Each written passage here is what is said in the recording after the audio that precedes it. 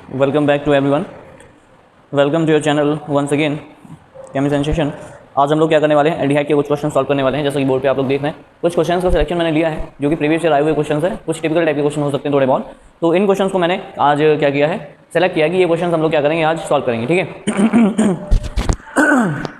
Sorry. तो इन question को solve करने से पहले हम क्या करेंगे एक बार देख लेते हैं कि कौन कौन से क्वेश्चन दिए। क्वेश्चन नंबर फर्स्ट है हमारा, arrange in nucleophilic addition reactivity in increasing order. ठीक है, यानी कि ये जो कुछ कंपाउंड दिए गए हैं, प्रोपेनल, प्रोपेनोन, ब्यूटेनोन और एथेनल, इन कंपाउंड में आपको ये बताना है कि न्यूक्लियोफिलिक एडिशन जो है उनके लिए कौन सा कंपाउंड ज़्यादा रिएक्टिव है, कौन सा कंपाउंड कम रिएक्टिव है। ये इंपॉर्टेंट क्वेश्चन है, 1 मार्क का क्वेश्चन है ये। ठीक है, आपको क्या दिया है, प्रोपेनल। तो प्रोपेनल कुछ ऐसा होता है, CH3 CH2 C double bond O और H। ठीक है, प्रोपेनोन कुछ ऐसा होता है ठीक है, और ब्यूटेनोन कुछ ऐसा होता है, CH3 CH2, ये ब्यूटेनोन हो गया। उसके बाद एथेनल हो गया। ठीक है, ये कुछ ऐसा होता है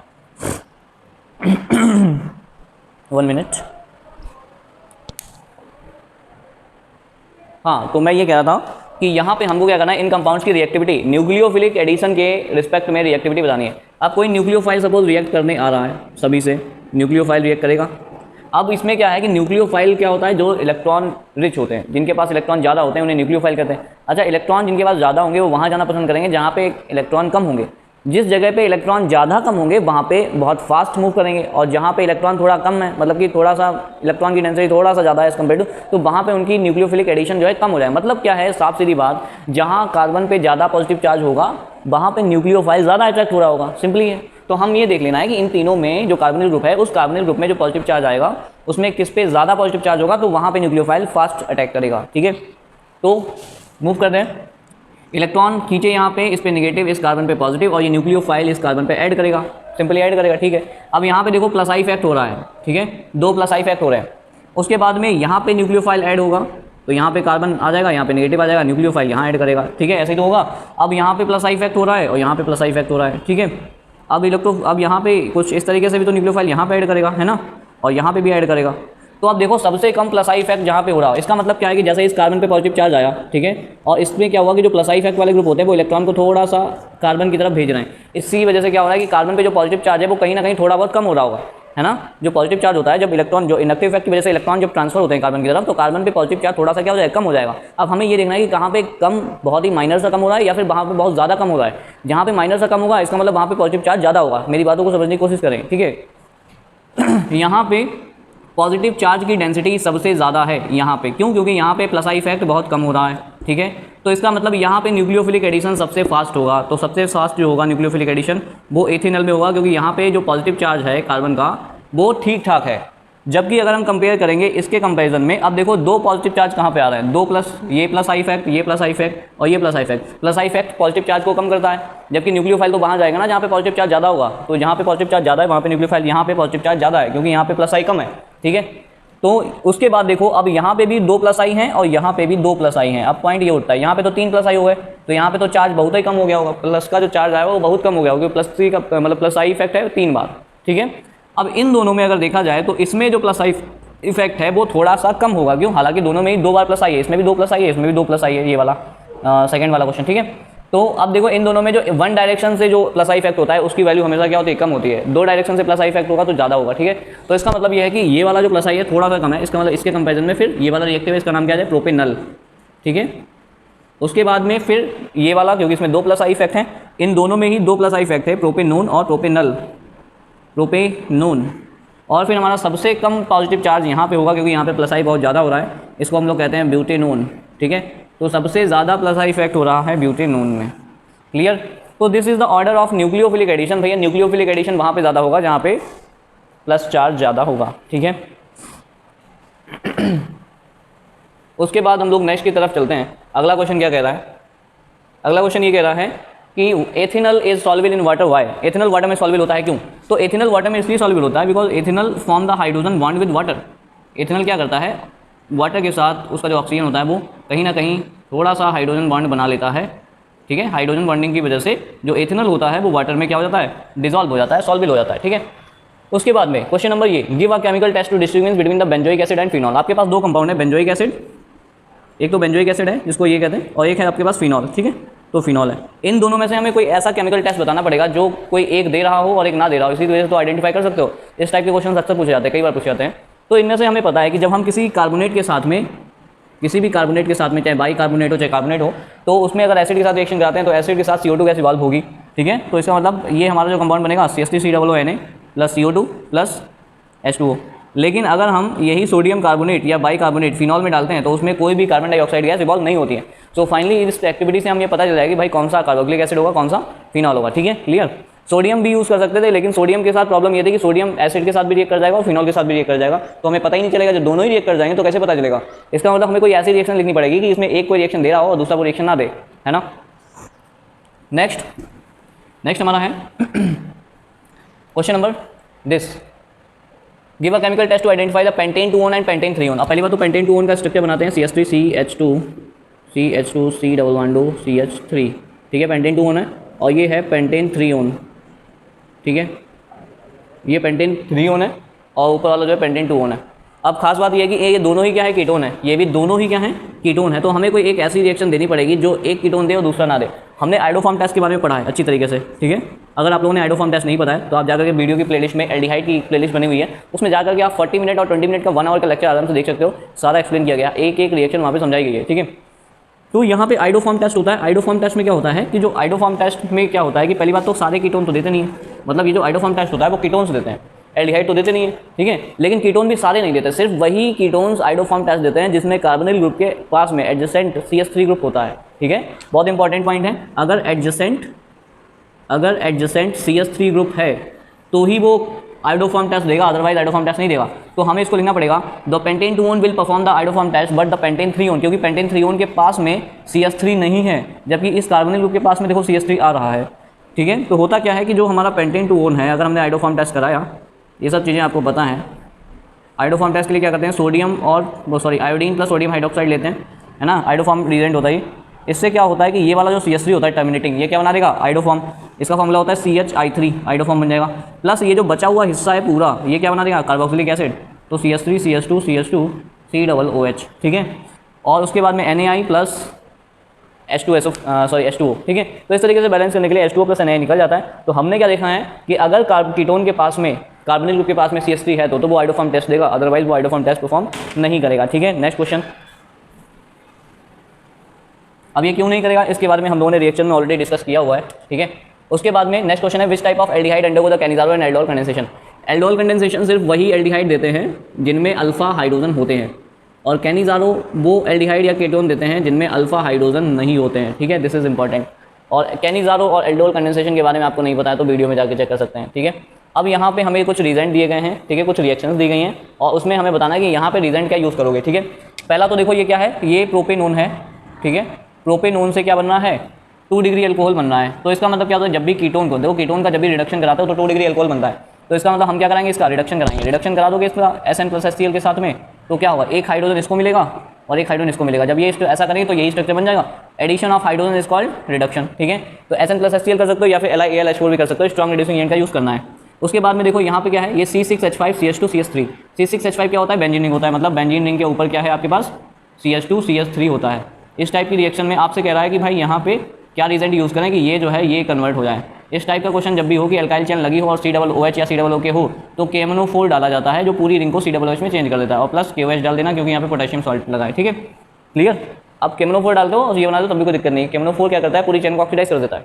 उसके बाद में देखो यहाँ पे CH3CH2CH2OH में क्या ऐड किया गया, ये पूरा ग्रुप आप देख रहे हो, ये 1 डिग्री अल्कोहल है, ठीक है। 1 डिग्री अल्कोहल किस में चेंज हो गया, एल्डिहाइड में चेंज हो गया। इसका नाम अगर मैं बताऊँ तो क्या होगा, 1 2 3 प्रोप-2-इनल, ठीक है, प्रोप-2-इनल हो जाएगा इसका नाम। अब इसका नाम तो हमें नहीं बताना है, हमें इसका क्या बताना है, रीजेंट बताना है कौन सा यूज़ किया गया हो। तो ये जो 1 डिग्री अल्कोहल है वो एल्डिहाइड में चेंज हुआ, तो इसके लिए क्या यूज़ कर सकते हो, PCC यूज़ कर सकते हो, या फिर आप यूज़ कर सकते हो PDC यूज़ कर सकते हो, पेडिनियम क्लोरोक्रोमेट या पेडिनियम डाइक्रोमेट। आप जो रीजेंट होते हैं, जो वीक ऑक्सीडाइजिंग एजेंट होते हैं, उनका यूज़ कर सकते हो, ठीक है। उसके बाद में क्या है, CH3COOH की अमोनो रेसिस कराइए इसमें सिंपली, CH3 प्लस अमोनिया, ठीक है। तो ये OH है और प्लस ये H है, इनके बीच से क्या हो जाएगा, वाटर निकल जाएगा। तो ये क्या बन जाएगा, CH3CONH2, ठीक है, हो गया क्लियर, एमाइड बन जाएगा। उसके बाद में देखो जरा नेक्स्ट रिएक्शन में क्या दिया, CH3CN, CH3C111N, क्योंकि CN के बीच में 3 बॉन्ड होते हैं। उसमें आपने क्या किया, SnCl2 प्लस HCl डाला। अगर SnCl2 प्लस HCl अगर डालोगे तो बताओ क्या होगा, SnCl2 प्लस HCl, दूसरा रिएक्शन दिया गया है हाइड्रोलिसिस। तो अगर SnCl2 प्लस HCl ऐड किया है और प्लस उसमें वाटर ऐड किया है तो आप क्या करोगे, इसमें हाइड्रोलिसिस की बात हो रही है, ठीक है। तो SnCl2 प्लस HCl अगर ऐड किया है तो क्या होगा, तो पहली बात तो SnCl2 प्लस HCl क्या स्टीफन्स रिएजेंट है, ये क्या करेगा, माइल्ड रिड्यूसिंग रिएजेंट है। इन सब चीज़ों के बारे में हम डिस्कस कर चुके हैं, ये सब चीज़ें दोबारा समझने की जरूरत नहीं है क्योंकि हम लोग को प्रैक्टिस करना है क्वेश्चन की। तो SnCl2 प्लस HCl का काम होता है कि एक एक हाइड्रोजन दे देना। तो क्या करेगा, एक हाइड्रोजन इसको मिलेगा, एक हाइड्रोजन इसको मिलेगा, तो एक स्टेप बन जाएगा। इसका मतलब हमारा स्टेप क्या बना, हमारा बना होगा CH3CH11NH बना होगा ना, ठीक है। उसके बाद ये कह रहा है कि हाइड्रोलिसिस करानी, वाटर डाल देना है। तो वाटर डालोगे तो यहाँ से बॉन्ड ब्रेक होगा, ये H2 ले जाएगा, ये O ले जाएगा, तो हमारा प्रोडक्ट बन जाएगा CH3CHO, यानी एल्डिहाइड बन जाएगा पहला वाला CH3CHO, ठीक है। अब वो क्या कह रहा है कि CH3CHO में तुमने क्या किया, डाइल्यूट NaOH ऐड कर लिया। डाइल्यूट NaOH जब भी दिखे कभी एल्डिहाइड के साथ में तो समझ जाना एल्डोल कंडेंसेशन की बात हो रही है। एल्डोल कंडेंसेशन रिएक्शन होती है। एल्डोल कंडेंसेशन में क्या होता है कि जितने कार्बन वाला एल्डिहाइड होता है उसके डबल कार्बन वाले बीटा हाइड्रोक्सी एल्डिहाइड बन जाते हैं। अब देखो इसका प्रोडक्ट क्या बनेगा, मैं आपके सामने बहुत ध्यान से देखना इस चीज़ को, बीटा हाइड्रोक्सी एल्डिहाइड बनेंगे। पहली बात तो इस मॉलिक्यूल के 2 मॉलिक्यूल यूज होते हैं एल्डिहाइड में, एल्डोल कंडेंसेशन में 2 मॉलिक्यूल यूज होते हैं और 2 कार्बन का अगर एल्डिहाइड है तो 4 कार्बन का एल्डिहाइड बनेगा। तो पहली बात तो 4 कार्बन बना लेने हैं और चौथा तो एल्डिहाइड ग्रुप ही होगा कार्बन का, और बीटा हाइड्रोक्सी एल्डिहाइड बनेगा। तो अल्फा और ये बीटा, तो बीटा पे क्या आ जाएगा OH और ये हो जाएगा CH3, ये H और ये हो जाएगा CH2। तो ये हमारा बीटा हाइड्रोक्सी एल्डिहाइड बन गया। उसके बाद में हमारा हो गया है बी वाला, ये CH3 C, यहाँ पे OH, यहाँ पे H है और यहाँ पे CH2 है, ये CHO है। अब वो कह रहा है कि हमने हीट कर दिया। अब इसको अगर हीट कर दोगे तो यार ये H2O नहीं निकल जाएगा, H2O हीट करने से, तो यहाँ पे CH3 CH double bond CH CHO, ठीक है। तो इस तरीके से मिल जाएगा हमें, क्योंकि एल्डिहाइड में क्या होता है, OH ग्रुप होता है, इस वाले बीटा हाइड्रोक्सी एल्डिहाइड में OH ग्रुप होता है। OH क्या करेगा, वहाँ से H2O की फॉर्म में रिमूव हो जाएगा, ठीक है। दिख रहा है सभी को, नहीं दिख रहा है तो जूम कर लेना, तो इतना ज़्यादा नहीं जूम करते हैं, ठीक है। तो आप लोग जूम कर सकते हो, जूम वीडियो हो जाती होगी जहाँ तक अच्छे फ़ोनों में, ठीक है।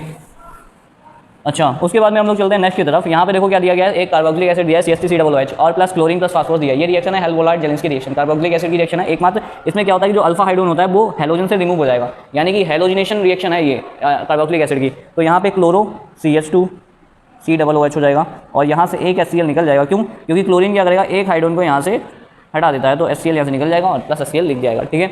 उसके बाद में हम लोग चलेंगे अपने कन्वर्जन की तरफ और फिर चलेंगे एक बढ़िया से क्वेश्चन की तरफ, ठीक है। एक बढ़िया सा क्वेश्चन देखो, देखने इंतजार कर रहा है तुम लोगों का। अब क्या करोगे, सबसे पहले इस पे चलते हैं। मैं एक बार देख लेता हूँ उधर का क्वेश्चन दिख रहा है नहीं दिख रहा है, चलो अच्छा मैं इधर ही बता दे रहा हूँ, ठीक है। बेंजोइक एसिड से बेंजोइडिहाइड पे जाना है। सबसे पहले बेंजोइक एसिड का स्ट्रक्चर बनाओगे, जब भी कन्वर्जन करोगे तो पहले उनका थोबड़ा तो देखना चाहिए ना कैसा है, उससे आइडिया लगता है। तो CH3CHO में कन्वर्ट होना है। अब क्या करोगे, कार्बोक्सिलिक एसिड से एल्डिहाइड कब जाएगा, जब कार्बोक्सिलिक एसिड का रिडक्शन करा देते हैं तो कार्बोक्सिलिक एसिड एल्डिहाइड और 1 डिग्री अल्कोहल में चेंज हो जाता है, ये चीज़ हमको पता है, ठीक है। तो हम क्या करेंगे, इसका एल्डिहाइड करना है, लेकिन एल्डिहाइड में हमें क्या करना है, माइल्ड रिड्यूसिंग रिएजेंट यूज़ करना है। क्यों, क्योंकि भाई थोड़ा कराना है तभी तो CHO में कन्वर्ट होगा। तो हम क्या कर सकते हैं, ये SnCl2 प्लस HCl यूज़ कर सकते हैं, ठीक है, क्लियर। या फिर तुम दूसरी तरीके से भी करा सकते हो, तुम्हारा मन है। चलो एक ही स्टेप में करा लो, क्या मतलब 2 स्टेप पे करा रहे हो, वैसे एक ही स्टेप सही है, 2 स्टेप की जरूरत नहीं है।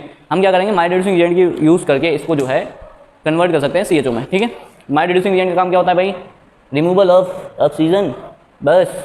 सेकंड स्टेप होता है एडिशन ऑफ हाइड्रोजन, जो कि ये कर नहीं पाएगा। उसके बाद में क्या होता है, next ethyl benzene to benzoic acid. Ethyl benzene का फॉर्मूला क्या बनेगा भाई, बेंजीन के ऊपर इथाइल ग्रुप लगा दो।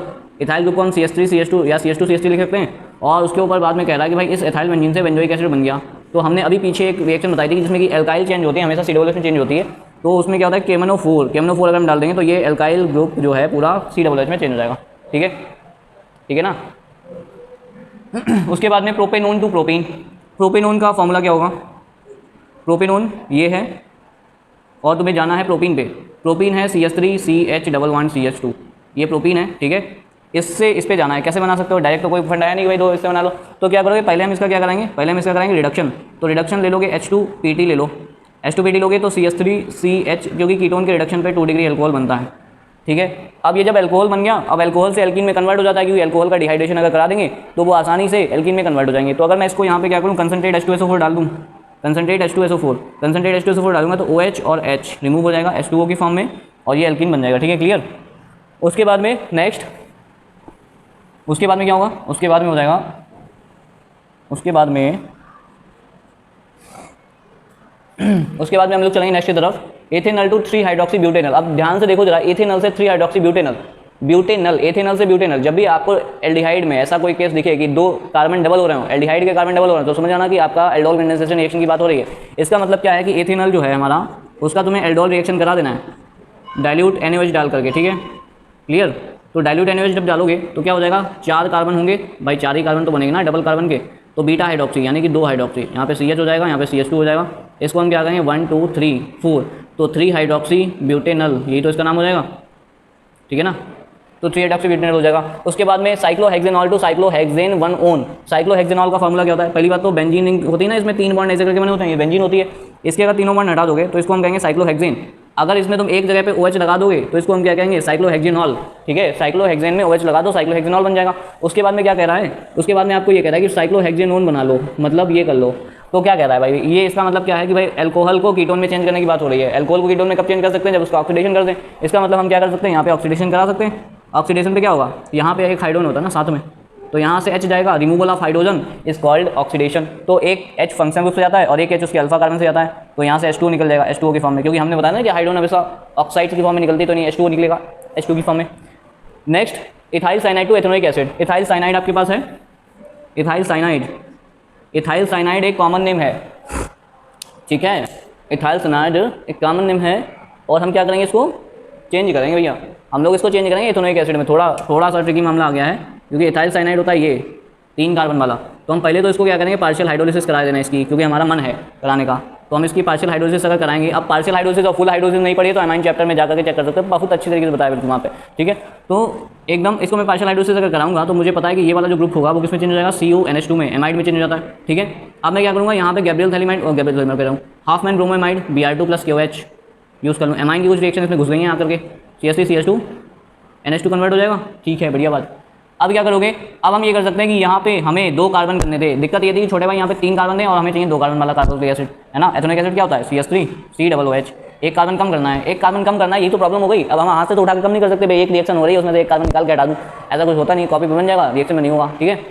तो कहने का मतलब ये है कि अब क्या करोगे, अब मैं इसकी रिएक्शन कराता हूँ, डाइजोटाइजेशन कराता हूँ। डाइजोटाइजेशन कराओगे तो क्या हो जाएगा, CH3 CH2 N2Cl, N2 positive Cl negative. उसके बाद मैं इसमें H2O डालूंगा। H2O डालने पे क्या होता है पता है सभी को, N2 तो यहाँ से निकलेगी। अब H2O का मतलब क्या होता है, H+OH-, H+ के साथ Cl भाग जाएगा, OH बचेगा, OH इसकी जगह पे आ जाएगा, तो हमारे पास क्या बन जाएगा, CH3 CH2OH। अब ये थोबड़ा कुछ देखा हुआ लग रहा है, 1 डिग्री अल्कोहल, 1 डिग्री अल्कोहल के ऑक्सीडेशन से हमेशा ही एल्डिहाइड और कार्बोक्सिलिक एसिड बनता है। तो इसका मतलब हम इसका क्या करते हैं, ऑक्सीडेशन कैसा, स्ट्रॉन्ग ऑक्सीडाइजिंग एजेंट अगर डाल देंगे 1 डिग्री अल्कोहल में, तो ये कार्बोक्सिलिक एसिड में चेंज हो जाता है, क्योंकि removal of hydrogen, addition of oxygen. 2 hydrogen जाएंगे, 1 ऑक्सीजन आएगा, 1 ऑक्सीजन आ जाएगा, 2 हाइड्रोजन के 1 ऑक्सीजन आ जाएगा। क्यों, क्योंकि 2 हाइड्रोजन जो होते हैं उनकी जगह पे 2 वैलेंसी 1 हाइड्रोजन ही यूज़ कर सकता है, 1 ऑक्सीजन ही यूज़ कर सकता है, ठीक है, क्लियर, बढ़िया, ओके। चलो चलते हैं नेक्स्ट। पहली और काम की बात और बढ़िया सा क्वेश्चन एक लेकर के आए हैं आप लोगों के लिए, चलो देखते हैं कैसा है। एन ऑर्गेनिक कंपाउंड ए, कोई एक ए ऑर्गेनिक कंपाउंड है, ठीक है, और जिसका फार्मूला है C8H8O, इसका फार्मूला है। Form an orange red PPD with 2,4-DNP, मतलब 2,4-DNP अगर मैं इसमें ऐड करता हूँ तो एक ऑरेंज PPD मिलता है। इसका मतलब क्या हुआ कि 2,4-DNP टेस्ट किसके लिए होता है, एल्डिहाइड और कीटोन के लिए, ठीक है। इसका मतलब या ये तो कंपाउंड एल्डिहाइड होगा या कीटोन होगा, ये तो क्लियर हो गया। उसके बाद में it gives the yellow PPD with iodine and NaOH, इसका मतलब ये हुआ कि भाई येलो PPD आयोडीन NaOH के साथ में मतलब आइडोफॉर्म रिएक्शन हो रही है। इसका मतलब है कि ये कहीं ना कहीं क्या होगा हमारा, कीटोन होगा, क्लियर। मतलब ये एल्डिहाइड कीटोन तो था, इसने कंफर्म कर दिया, लेकिन आइडोफॉर्म टेस्ट ने ये कंफर्म कर दिया कि ये जो है भैया कीटोन ही होगा, एल्डिहाइड नहीं होगा, बिकॉज आइडोफॉर्म टेस्ट कीटोन्स देते हैं, एल्डिहाइड नहीं देते। अब क्या करोगे कि it neither reduce the Tollens reagent nor Fehling reagent nor radicalises bromine water और बेयर्स रीजेंट, ठीक है। मतलब ये बेयर रीजेंट के साथ में भी रिएक्शन नहीं करता है, ये टॉलन के साथ नहीं करता है, इसके साथ भी नहीं करता, उसके साथ भी नहीं करता, सबके साथ नहीं करता है। तो कहने का मतलब ये है कि भैया ये बेयर्स रीजेंट क्या होता है, बेयर्स रीजेंट मतलब होता है KMnO4, ठीक है, जो एल्कलाइन KMnO4 होता है उसी को हम कहते हैं बेयर्स रीजेंट, ठीक है। तो बेयर्स रीजेंट के साथ भी रिएक्शन नहीं करता है। ऑन ड्रास्टिक ऑक्सीडेशन विद क्या कहते हैं, chromic acid, it gives the carboxylic acid W when having the molecular formula C7H6O2 identify N A B। मतलब ये है कि ये B है, W नहीं है, ठीक है, ये B कर लो, W नहीं है वो, ठीक है, B बनता है, तो B भी निकालनी है, मतलब A भी निकालनी है। तो कैसे निकलेगा, पहली बात तो ये एक कीटोन है। अब कभी भी आपके पास ऐसा कोई मॉलिक्यूलर फार्मूला आ जाए जिसमें कि कार्बन 6 से ज़्यादा हो जाएंगे, इसका मतलब है कहीं ना कहीं उसमें एक बेंजीन रिंग होगी, क्लियर, एक बेंजीन रिंग होनी ही है उसमें।